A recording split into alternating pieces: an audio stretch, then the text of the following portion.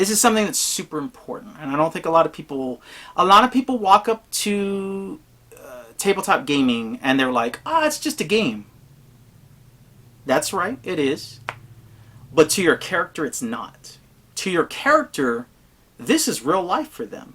This is like, I'm really getting shot at. I'm really about to get impaled by a giant werewolf claw. I'm getting grenades thrown at me, or I'm about to get run over by a speeding cart, or that hellhound just jumped out of nowhere and is now about to bite my throat off. It's real to them. And that's something that you need to consider whenever you're going and role playing, is that it may not be real to you. Because a lot of people, I've seen this, where they sit behind the table and they're just not in their characters' heads. They're just sitting back behind the table and they're like, okay, well, like, oh, I'm being attacked. Cool. I guess I'll just roll and I'll do my thing and what have you. Okay, well, there you go. You're not thinking like your character. Your character's having those issues, those problems, and it's just, you have to remember that. You have to remember your character is there in that moment. That's super important to you role playing. Is remembering that your character is in a real scenario. Your character is a real person in that game world. So that's something that you have to take into consideration when you step up and you start acting out these things. Because you in real life, if you were in those scenarios, what would you do? You'd have emotions. You'd have those moments where you're like, oh my gosh, da da da da, and you being you would say whatever you're gonna say. So that's something that you really need to take into consideration before you step up to the table to do some depth role playing with. Okay. I encourage you to practice. I don't know how many times I've walked away, I'm washing dishes in my house or something like that, and I'm freaking doing character voices. I'm doing character voices between two characters. I just make up a scenario. They have no names. They have no nothing. And I'll talk between those two characters just to try to practice role-playing. Or if I need to practice a particular voice, I will try to practice that. I'll walk around the house. I'll do my daily chores or whatever I'm going to do. And sometimes, I'll just slip into a character and I'll just start trying to talk and ask myself, can I carry that voice on? Can I do this? Can I do that? Or what does it sound like when I'm going to act like this or that? And everything I just said here, I try to take those into consideration and try to roleplay. But the point is, I practice. If you don't like practicing in front of people, that's fine. Do it in your bedroom. Do it wherever you hang out at or something like that. Just make sure you don't do it out in front of the public, because I guarantee you people are going to be like, what in the world is this? And yeah. Or you know what? Even better, if you have another person that both of you guys are trying to practice role playing, practice with each other. Practice off of each other. I know it may seem a little alien and weird because I think I've done that before too, and it's like, I tried to do it with my mom once. We were trying to see like if we were going to portray emotion, like how could we do it? And man, it was weird. It was so dang weird to do. But I mean, just go for it. But whatever it is that you're going to do, practice it.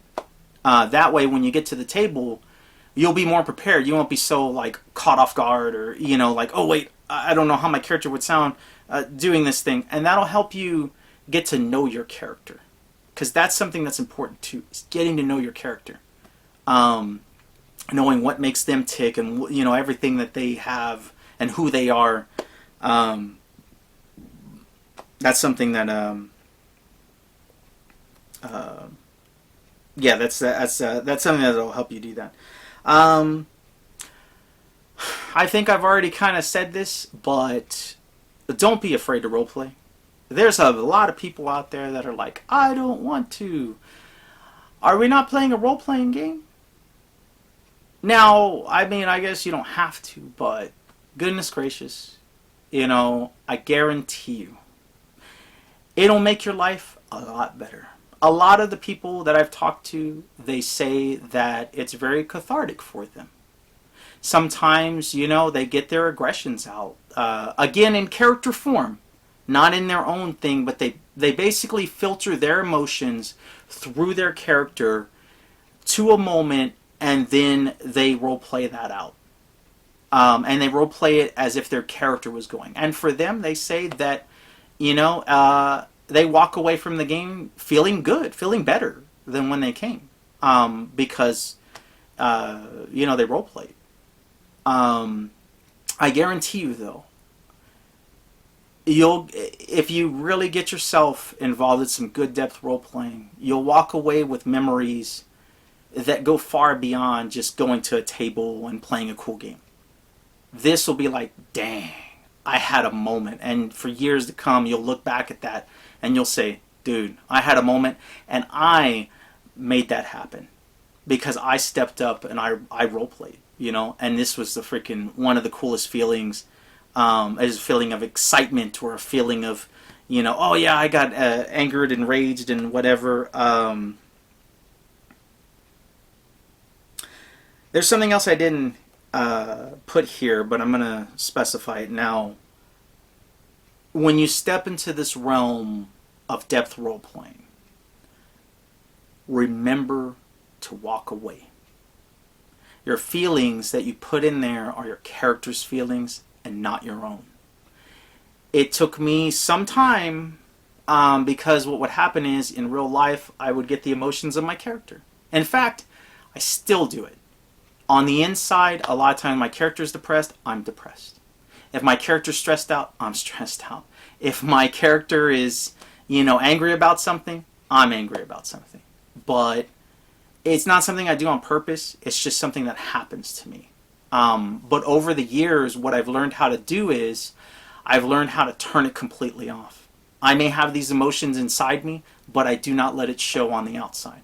Because when I'm running a story, or I'm in charge of being a storyteller or a game master or whatever, I have to perform a bunch of different characters.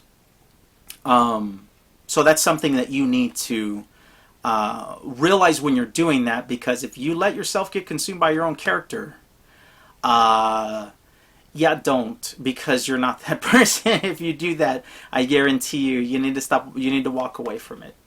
So practice those heavy emotions, but practice walking away from it once the scene is done or once your moment is done. And you have to say, if you need a moment where you've just had some heavy role playing, you can tell the person that's running the game, hey, I need like a 5-minute break to collect myself and get myself, back to normal and what have you, depending on how far you took your role playing. Not all the time do you do that heavy role playing and it gets that crazy where you need to be like, okay, I gotta calm down. If you do that, try not to calm down right in the middle of the scene, because that's when it gets in. It's like, what the heck, dang, that's gonna mess up the whole scene. But if it truly does get like overwhelming for you and you're not used to role playing these types of things, or you're not used to having people role play back with you, then it's okay. Do that. Do that, because you need that. Basically, think of every game as a practice session for you.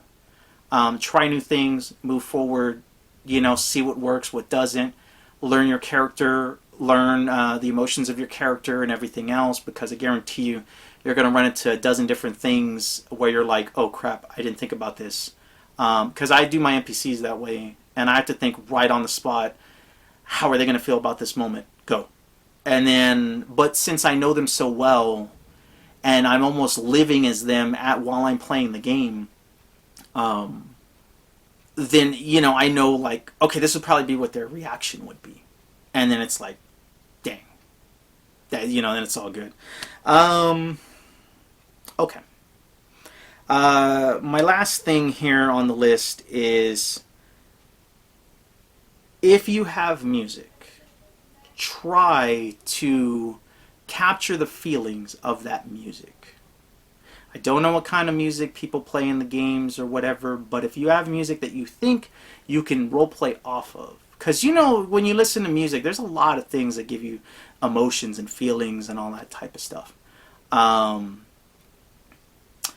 Go in and try to roleplay off of that music. You know, feel it. Feel it in your bones, in your soul, and feel that music, and let that fuel your role playing. Let that give you the push to say, because when you watch movies and stuff and you see the crazy moment happen, or you see the guy make the big old speech, and everyone's all pumped up and excited and whatever, normally there's music behind there. And that helps us in the theater to sit there and be like, yeah, man, we're getting excited, we're getting pumped up with them. You have to do the same thing. Let that music grab you, and then go forward and be like, man, dang. You're like, okay, I could do this. Again, depending on what type of music your GM plays, if they play any music at all. Again, you don't have to have music in order to